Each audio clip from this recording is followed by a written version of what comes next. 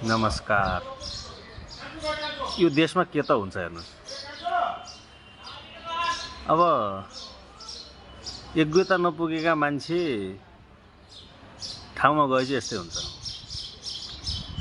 तपाईको पूर्व मन्त्री झाँक्रीले अब शिक्षकहरूले रमिता गरे भन्ने कुरा गर्नुभयो।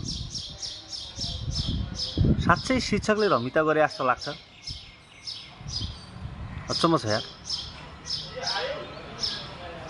यदि शिक्षा जस्तो क्षेत्रलाई बलियो बनाउनका लागि त्योसँग जोडिएका सम्पूर्ण नागरिक, जस्तै शिक्षासँग जोडिएका शिक्षक हुन् या विद्यार्थी हुन् या अभिभावक हुन्, यो देशको प्रगति होस् त भने शिक्षासँगै जोडिया छ।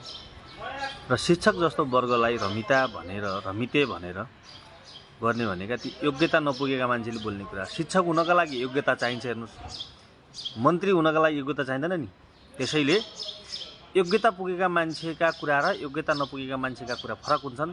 त्यसैले योग्य व्यक्तिलाई हामीले जहिले पनि सम्मान गर्नुपर्छ र यस्ता अयोग्य मान्छेलाई हामीले बहिष्कार गर्नुपर्छ। धन्यवाद।